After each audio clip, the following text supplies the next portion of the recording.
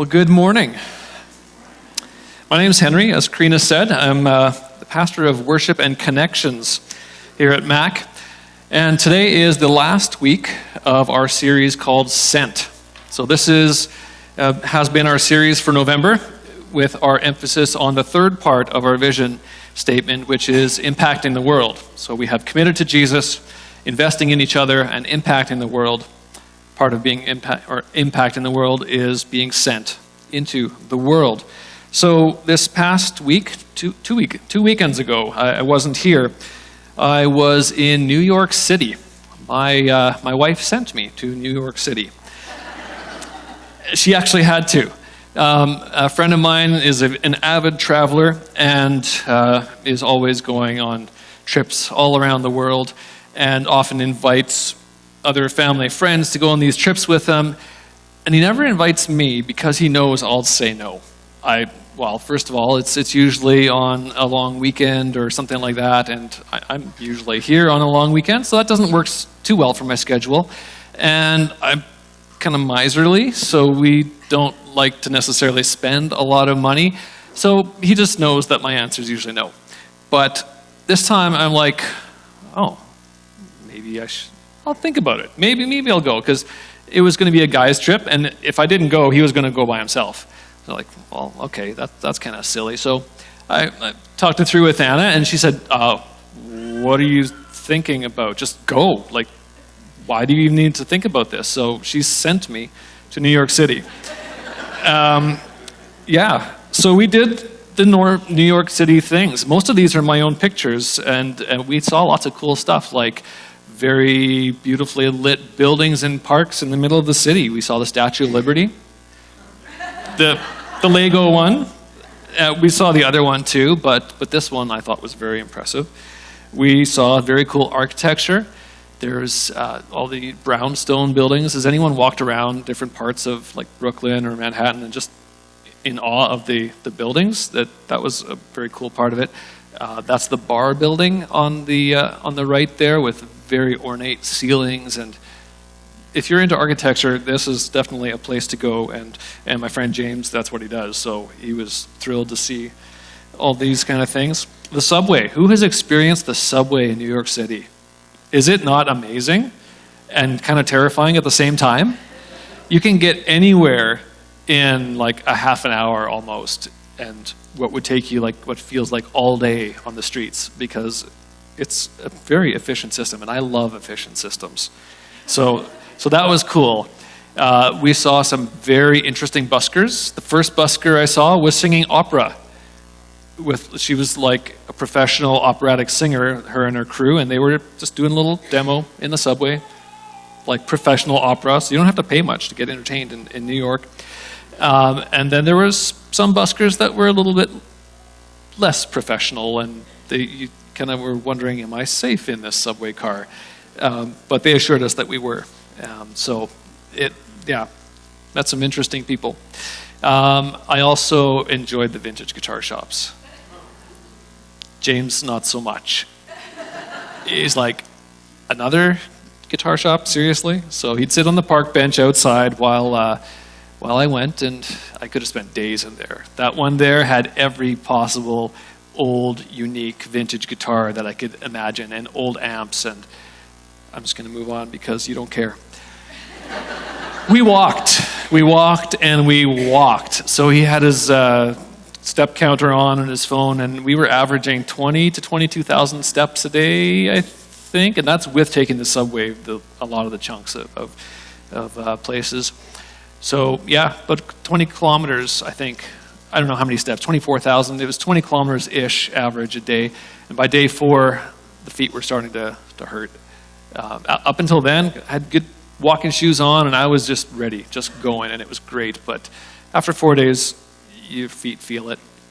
That was us walking really quickly across the Bronx from one subway station to the next, which was a lot farther away than it looked like on the map. So we were booting it across the city to get to the express train, to get back to the hotel, to check out by 11, and it was a very fast day. But the reason we walked was for this. Pizza by the slice. You can't barely walk 2 blocks without seeing another place where you just pop in and you get a slice. Some of them are like 99 cents. Some of them are a little tastier and fancier. Like this was the best one. But that's New York culture. It's just pizza by the slice everywhere, and it was great. But here's that's enough of that fun story time. Here's something I wanted to show you. We had a Big Apple greeter. It's a volunteer thing that Brenda told us about. I was very excited she did. So it's a volunteer group, started in New York, and now it's all across the world in different cities. And they will sign up for free to show you around for an afternoon. So you have someone who lives in the neighborhood showing you all the places that matter to them, or places you wouldn't see as a normal tourist. So you'll see kind of, what it would be like to actually live there through their eyes. And Peter was his name. He showed us around his neighborhood of Brooklyn Heights. And tell me what you think this is. Any ideas? What is this building thing? No ideas. I can tell you currently what they are is they've been turned into condos. So they're homes. Each unit there is probably a house, but no one knows what they may have been in the past. Some of those look like big doors that have been turned into windows. Did someone say stables? Carriage houses. That's what they are. That's for your horses and buggies. That's the church parking lot. This is the church. Across the street.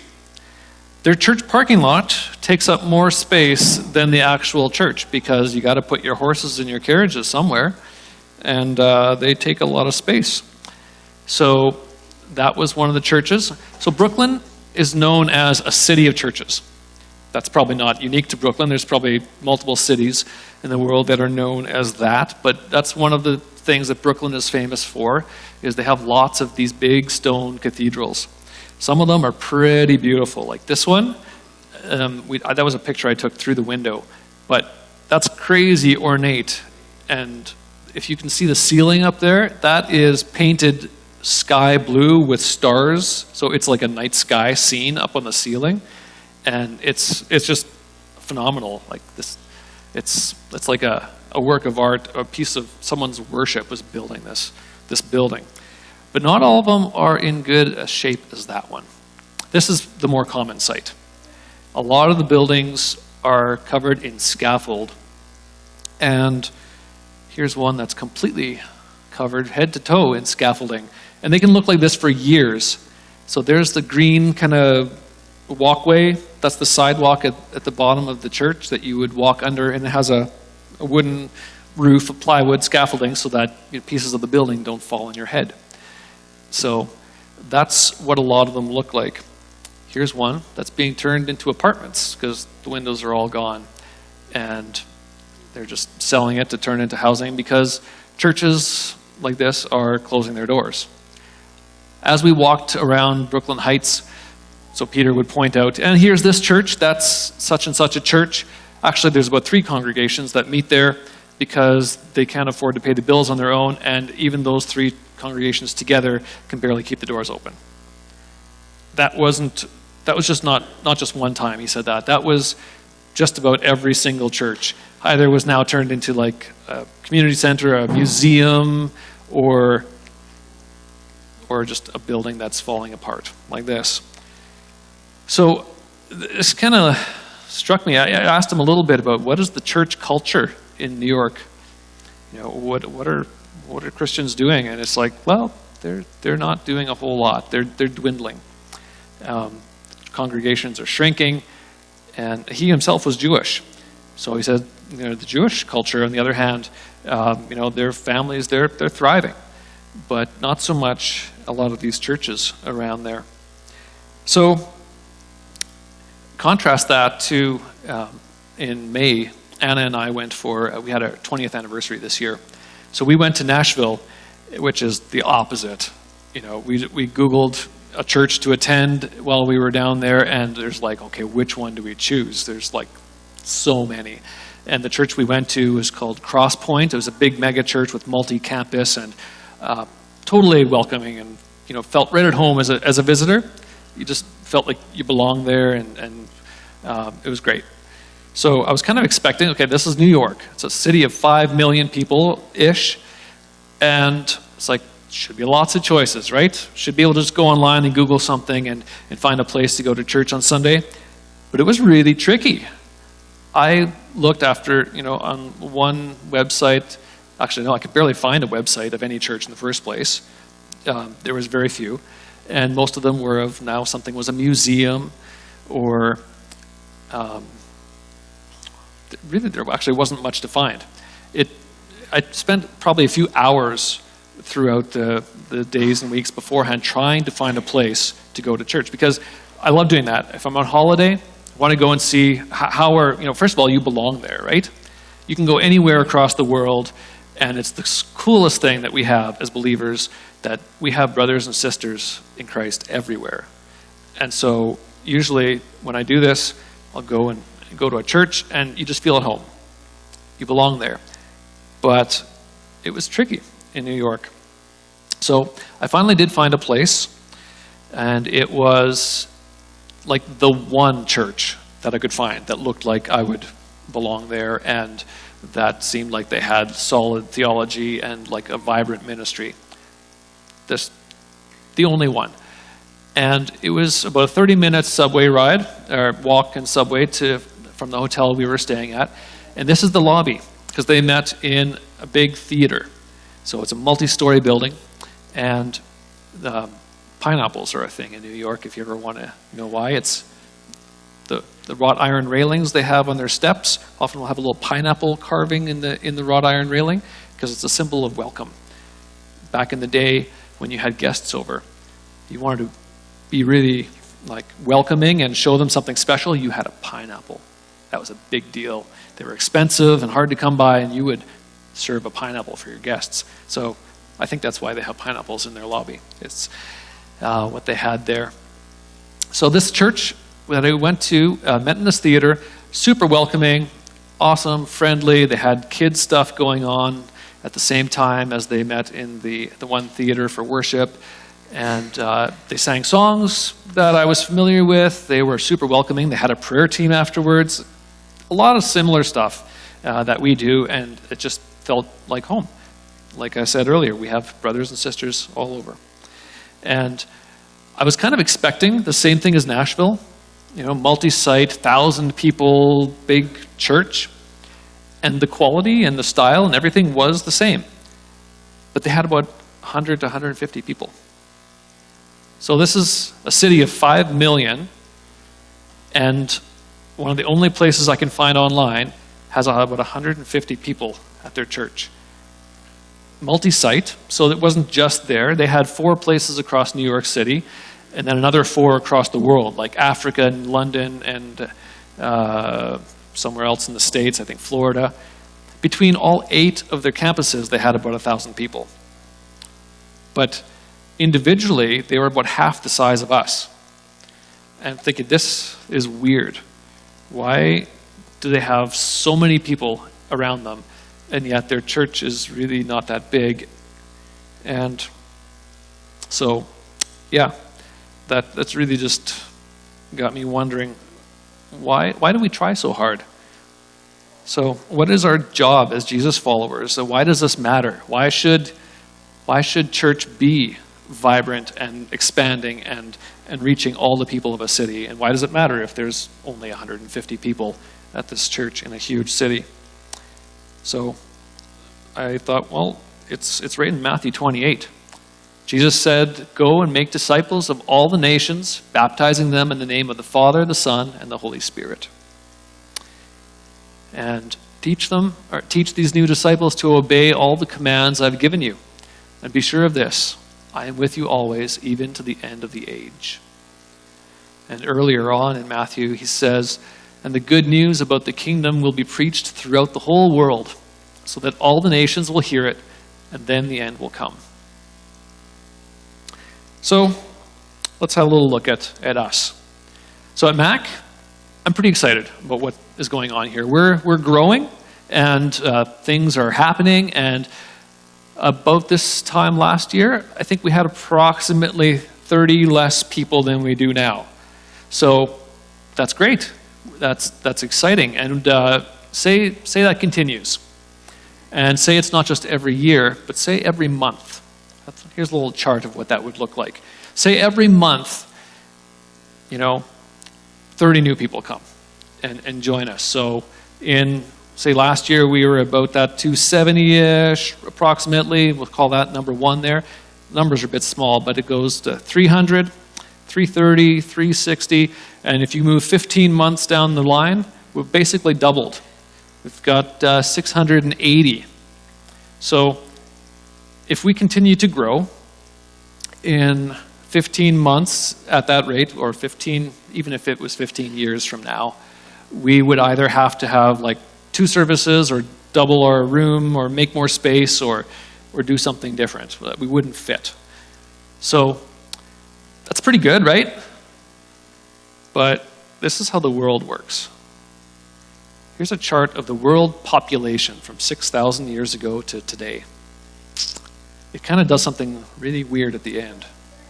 I'll show you a little bit more specifically. The world doesn't work by addition. The world multiplies. So this is the last 200 years. Started off about with about 1 billion people 200 years ago. Then, when I came around, I didn't come around in 1919. About 100 years ago, there were just a little less than 2 billion people. All right, so that's a bit more. And I came around in the mid-70s, there was just over 4 billion people. So then I became a dad at the age of 27, and there were 6.4 billion people in the world. And there's 6.5 years between my kids, so when Rusty came around, there was almost 7 billion people in the world. So that's just about doubling. So that's how the world works. Multiplication is exponential. When you have a certain amount of people and they have kids, it doesn't grow by 30 a year, it doubles in one generation. So the world is only doing what God told it to do. Genesis 1, God said, "Let the land sprout with vegetation, every sort of seed-bearing plant, and trees that grow seed-bearing fruit. These seeds will then produce the kind of plants and trees from which they came." So God created great sea creatures, and every living thing that scurries and swarms in the water, and every sort of bird, each producing offspring of the same kind. And God saw that it was good. Then God blessed them, saying, "Be fruitful and multiply. Let the fish fill the seas, and let the birds multiply on the earth." And then God created human beings in his own image. In the image of God he created them, male and female he created them. Then God blessed them and said, "Be fruitful and multiply. Fill the earth and govern it. Reign over the fish in the sea, the birds in the sky, and all the animals that scurry along the ground." So here, everything is multiplying like God told it and them and it to do. So plants do it, animals do it, people do it. They all multiply. So how do we grow and reach a multiplying world? In New York, it's expensive. Places like that theater church, so those 150 people, just to be in that theater, they probably had 2 rooms, because one for the kids ministry area and one for the main service. They spent $2,500 US every week just to be in that theater for 3-4 hours. That doesn't count any staff, any resources, equipment. That's just to be in that space. So that's a lot. And we have places all over the world, big cities like Vancouver, Toronto, where just meeting together as a church, as a big group, is next to impossible because it takes huge amounts of resources. Big things like that are hard to duplicate. Small things, the simpler they are, the easier they are to multiply. So if we're going to multiply, we have to start small. Simpler things are just easier to multiply. Have you ever tried scheduling a coffee time with a friend? Yeah? How hard is that? Does it take a long time to figure out when you're going to meet for coffee with a person? Generally, you can do that in a couple minutes. Now, who's ever tried to schedule their life group? Raise your hands. How many messages go back and forth before you find a time that you can meet together with 12 people? If you don't have a regularly set every week same time, I have the chat list on my phone. It sometimes takes about 20 to 30 messages before you can decide, okay, that time works for everybody. And even then, usually someone can't make it. It becomes exponentially harder to schedule and organize the bigger you get. The smaller you have, if it's 2 or 3 people, no problem. That's easy. You can do that. The bigger it is, the more complicated and harder it is. But multiplication is natural. So when you're passionate about something, it multiplies. So I happen to be passionate about guitar stuff, and particularly gadgets and gear. I know I talk a lot about it with people who probably don't care. But sometimes I find someone who cares, and I will tell them all about the thing that's like the most current, best thing that you can use. It's the cheapest and it creates the greatest sounds. And soon, all my friends have the same thing because I can't stop talking to them about it. This probably happened about 8-9 years ago when I first got a certain version of the pod, and it was on sale. It was like a clearance deal. It was super cheap, so I bought one. And I told Busisi, and Busisi bought one. I told Braden, and Braden Clausen bought one. And then my brother Jake bought one. And it just kept multiplying because I kept telling everyone about this. And that's just how multiplication works. When you're passionate about something, you tell people because you want them to be passionate about it too. And you want whatever good thing you've discovered for them to discover the same thing. So what about the way a YouTube video goes viral? Someone sees some hamster riding a surfboard or something amazing. And what do? You show someone. And they're like, I love this hamster riding the surfboard. So then they show the next 10 people. And then those 10 people show 10 people each. And boom, it explodes in 2 days. It doesn't take long for something to reach the entire world through multiplication. So when you're passionate about someone, people multiply. Kids, you can just ask your parents about how that one works. When you're passionate about Jesus, his church multiplies. I didn't say passionate about church multiplication. When you're passionate about Jesus. Because if we only care about growing our church, then we put the wrong goal at the end. Then we're going to be just worried about methods and strategies and programs, and those might help grow the church, but you're not going to multiply because your focus is wrong. When you're passionate about Jesus, his church naturally multiplies. Because people, when they encounter Jesus, they see, oh wow, this is what matters. Jesus is who matters. And then they become his disciples, and when you make disciples, you make churches. So we need a passion for Jesus. And that's our mission. Oh, I skipped ahead. Here's this isn't an exact quote, but I've heard it said something along the lines of, you can grow churches and not make disciples, but make disciples and you will grow churches. So we could say, wow, you need to come to Mac. We've got these amazing drummers, and our lead pastor is like such a great communicator. You should come, and you could grow your church, and you could fill every spot in here. But that doesn't mean that the people sitting here are going to become disciples of Jesus. They might just enjoy the way the bass player sounds, or they might enjoy the stories that Stafford tells. They might become a disciple, but that's not a guarantee. If you grow disciples, if you get people passionate about Jesus, the church grows. That's just the way it works. Whether they're meeting in a coffee shop or here in a pew, which I wish were chairs, then the church grows. That's just a given. When people become disciples, they become part of the church, and it grows. So that's our mission. Our mission is to multiply disciples. And what would that look like? If we actually did that, then we wouldn't just be adding 30 people a year or 30 people a month. We'd be doing something like this. So I'll give us a head start on the addition side. Say we start at where we were before, 270 people-ish last year, and every month or every year, depending on how optimistic you are, we grow 30 people. Sounds great. But what if we did it the multiplication way? What if each one of us was intentional about making disciples, and we only started with 2 people at the first month?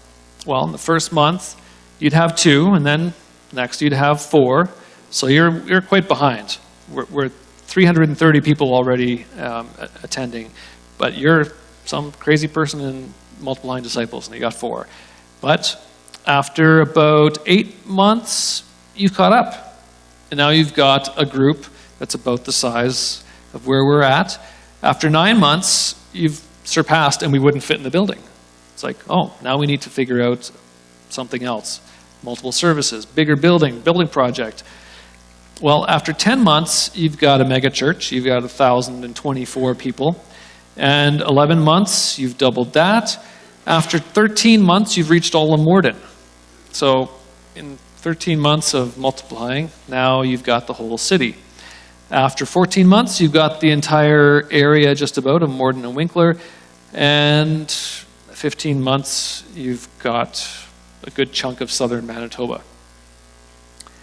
So it starts off small, but it grows the way the world does. So what can I do? What can we individually do to multiply disciples? Well, there's something that, first of all, you could just start talking to somebody. Start a conversation about Jesus with someone you know that needs Jesus. 1 or 2 people, and that's where you start. Who do you know that's on your street? A neighbor, a family member that needs Jesus. There's some practical tools you can do. One of the things that Liam and I did a couple of years ago is called Life Transformation Groups. It's based off of this book called Cultivating a Life for God by Neil Cole. And the subtitle describes it right there. It's Multiplying Disciples Through Life Transformation Groups. This is a free ebook you can get on their website right now. And I think you can, it's on the older side, so they're just giving it away for free. But the idea in it is very simple. So Liam and I did this a couple of years ago. Basically, you decide you're going to read a book of the Bible. You meet once a week, and in that time, you'll read whatever book of the Bible you decide on together. And then you get together, you say, hey, did you read the book of the Bible? It's like, yep. Or if no, then okay, you both read it again the next week. So it's not a punishment thing. The repetition actually is sometimes a good thing. You soak in that one book. But if you both have read the whole book, then the week after you move on and you read another book. And when you meet, you also do some accountability questions.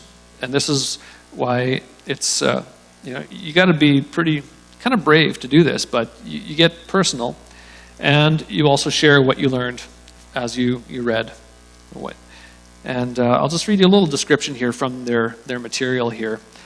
A life transformation group is made up of 2 or 3 people, all of the same gender, who meet weekly for personal accountability for their spiritual growth and development. It's recommended that a group not grow past 3, but rather multiply into 2 groups of 2 once the 4th participant has proven faithful to the process. So the way they talk about this is if you have 2 people, your life transformation group, you're meeting together, you add the 3rd person, you're now considered pregnant.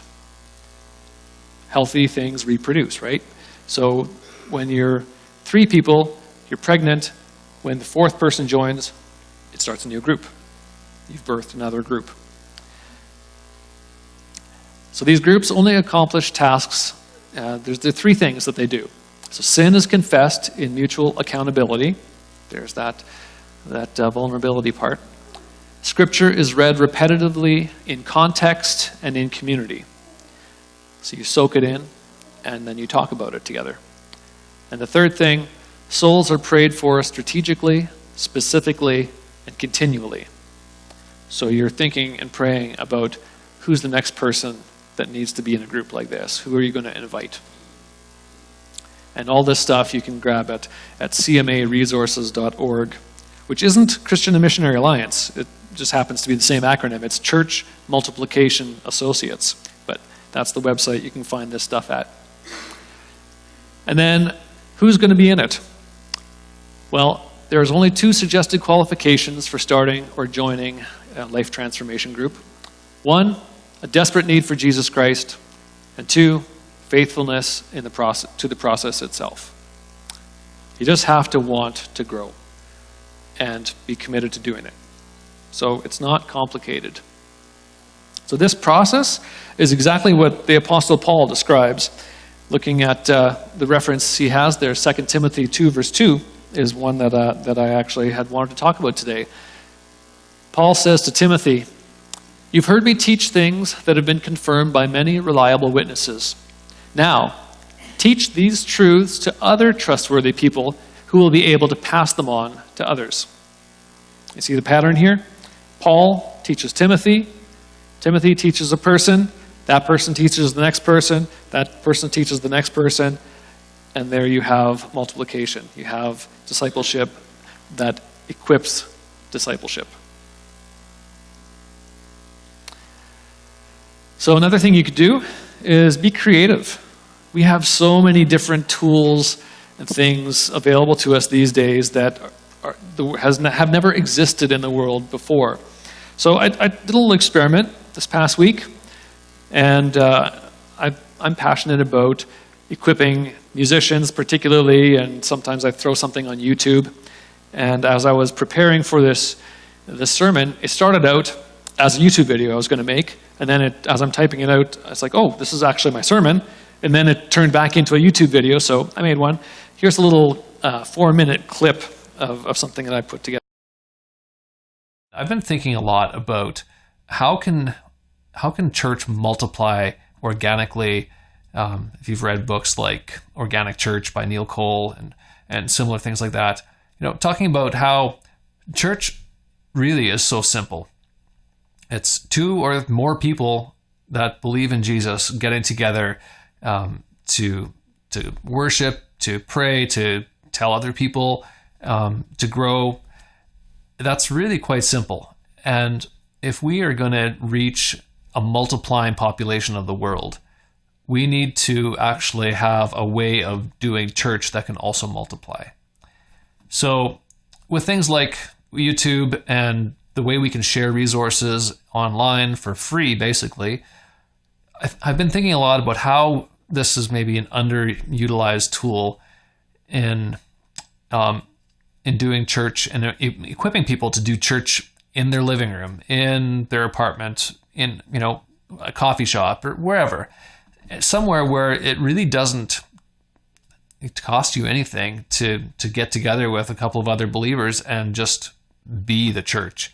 Because you don't need a fancy building. The church is not a cathedral made of bricks and stone, and the church is people. So really, it shouldn't be that complicated. So one of the things I've been wanting to do for a long time is something online where we can kind of give people resources to, especially for the musicians. That's my heart, is for musicians, and how to equip what the Bible calls kind of like the frontline warriors. The musicians, they were the first ones into battle, when they walked around the walls of Jericho, or they went into battle. It was the trumpet blowers, or they were the first ones in, because it was showing everyone that the battle belongs to God. The musicians are praising God for the victory before they even go into battle. There's so many stories in the Bible of how battles that God won for the people, and basically the job he had for them was blow trumpets or bang on something and musical, and that was a lot cooler than the typical swords winning battles. One of the things that is missing, though, in kind of doing church online is the participation part of singing, particularly.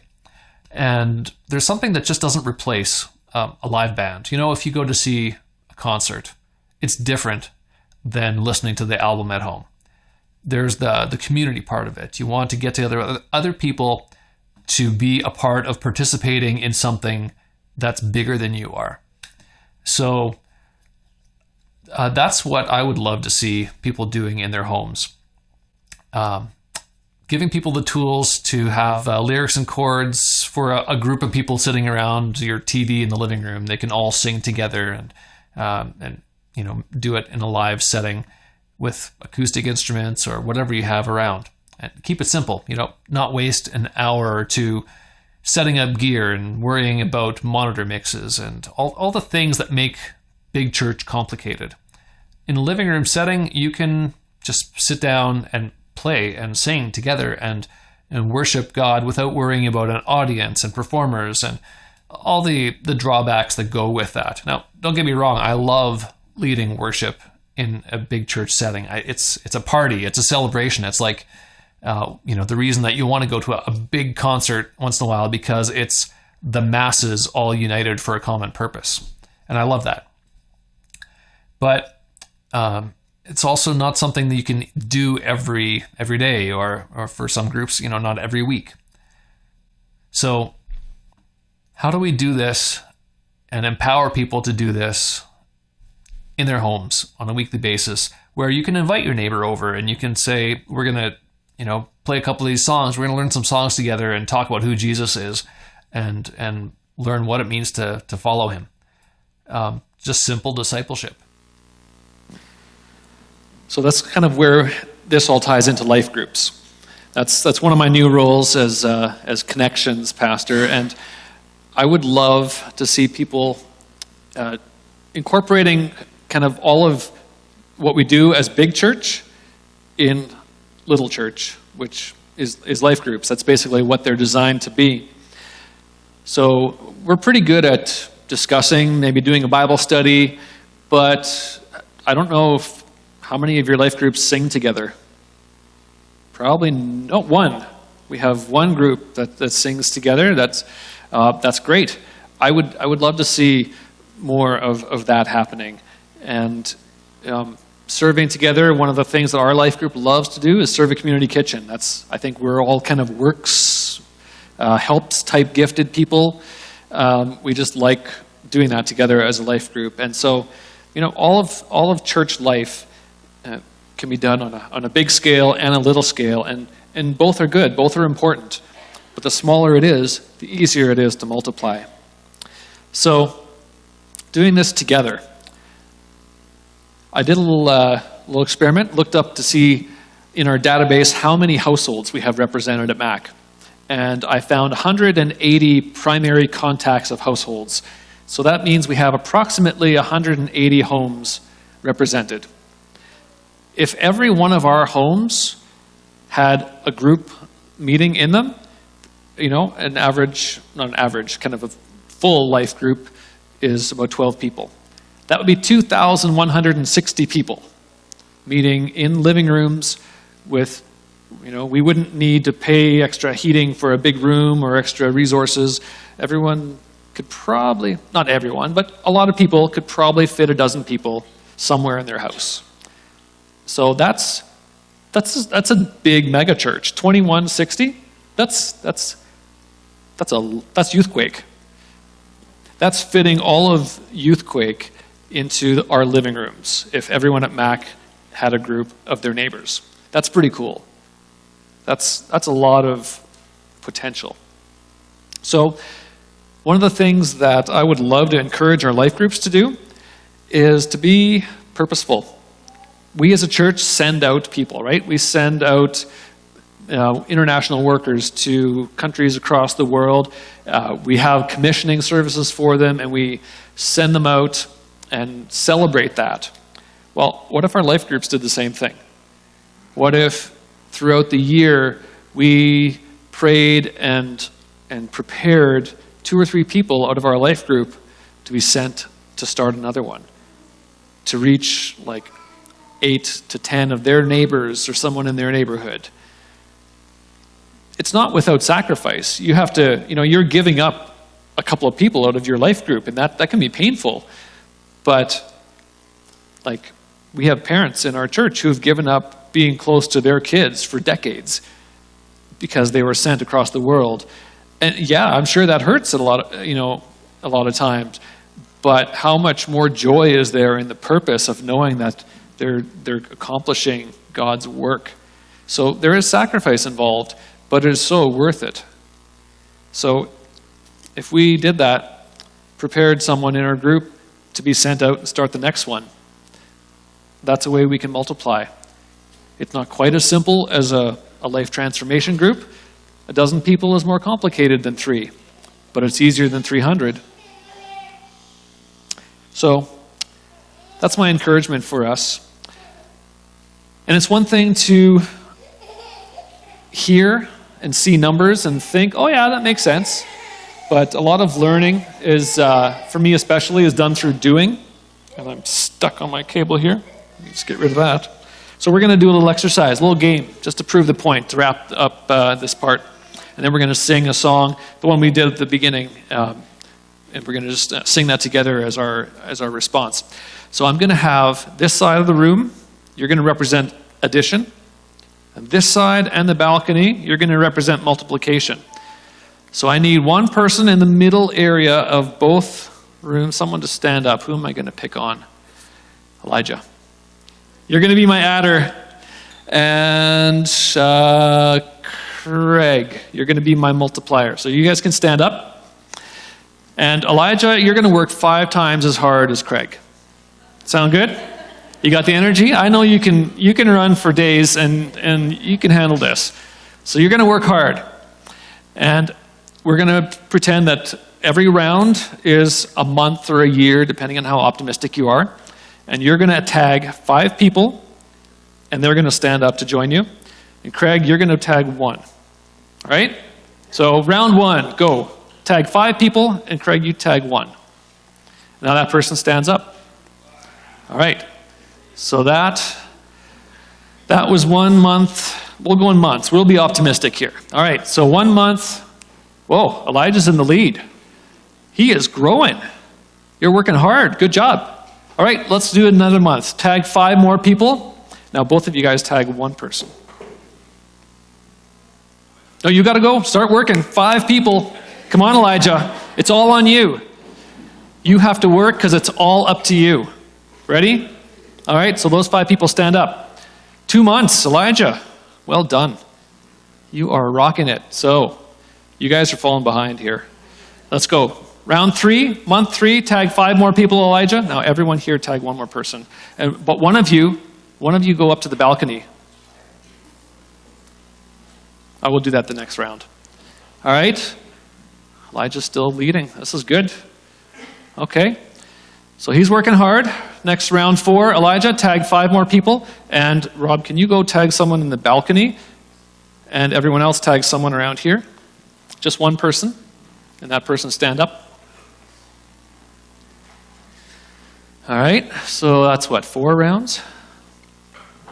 Okay, starting to get a little more even here. Rob, you tagged someone? Boom! There we go.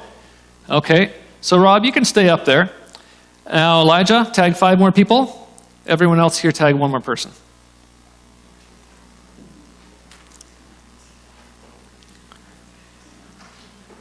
Okay. That's 5 rounds. Elijah, round 6, tag 5 more people. Elijah, keep going. Go, go, go, go, go, go. Everyone else here, walk around the room and tag 1 more person.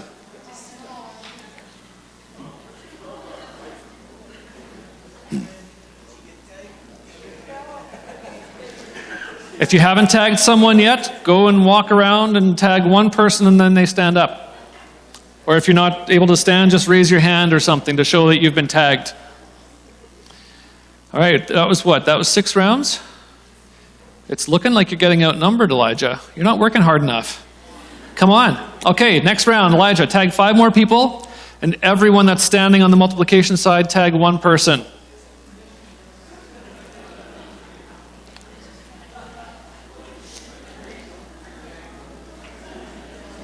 This might take a little while here because we got to find people that still haven't been tagged. You might have to go up to the balcony if you haven't tagged someone. You can throw your tag up at them. Just point at them and throw your tag.